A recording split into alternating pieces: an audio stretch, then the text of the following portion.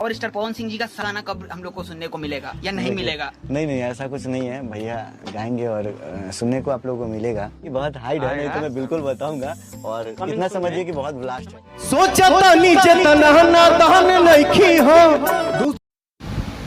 तो hello guys, कैसे हैं आप लोग? तो आप सबके लिए फिर से हम एक new video power star Pawan Singh का लेके आ गए हैं। जी हाँ हमारे दोस्तों, तो आप सब वीडियो के शुरू में देख ही लिए होंगे।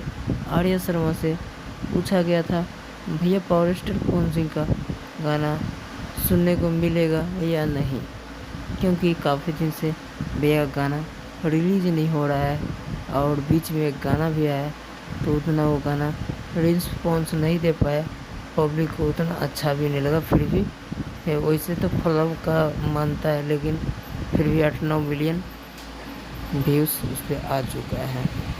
जी हमारे दोस्तों, तो आप सब हमारे चैनल पे नए हैं तो लाइक कीजिए, शेयर कीजिए, कमेंट कीजिए और वीडियो अच्छा लगा हो तो सब्सक्राइब कर लीजिए। बाय, फिर मिलते हैं नेक्स्ट वीडियो में।